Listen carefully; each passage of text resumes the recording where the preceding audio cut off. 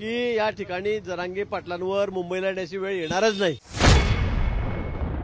मनोज जरांगे पाटलांनी जेवणाला काय घ्यायचंय, किती गाड्यांचा ताफा जाणार, ट्रॅक्टर घ्या, जवळ जे असेल ते सगळं घ्या, आपल्या सोबत जीवनावश्यक वस्तू ज्या आहेत त्यांनाही सोबत घ्या, आपल्याला तिथे महिनाभर 2 महिनाभर राहण्याची वेळ येऊ शकते, काही जरी झालं तरी 2-3 महिने कितीही महिने लागले तरी आपलं अन्नधान्य कमी पडलं नाही पाहिजे।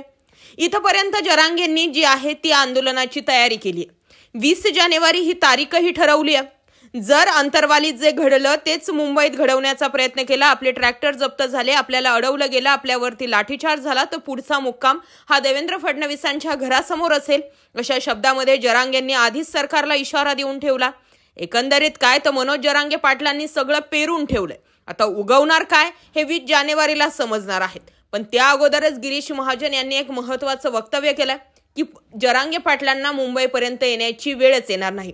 अगोदर गिरीश महाजन काय म्हटले ते ऐका। पुन्हा आपल्याला सांगेल की या ठिकाणी जरांगे पाटलांवर मुंबईला येण्याची वेळ येणारच नाही। 20 तारखेपर्यंत निश्चित पॉझिटिव्ह तोडगा याच्यावर निघेल आणि त्यांना जे अपेक्षित आहे आरक्षण ते त्यांना त्या ठिकाणी मिळेल।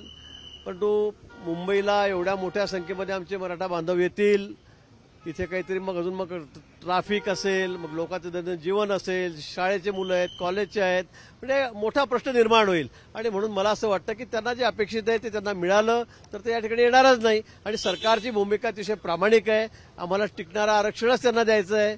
आणि म्हणून या बैठकीतून काय बोललो आम्ही, काय नाही बोललो, तरी सरकार या बाबतीमध्ये अतिशय सकारात्मक आहे। मला वाटतं 20 तारखेच्या आत अतिशय पॉझिटिव्ह तोडगा या संदर्भामध्ये निघेल।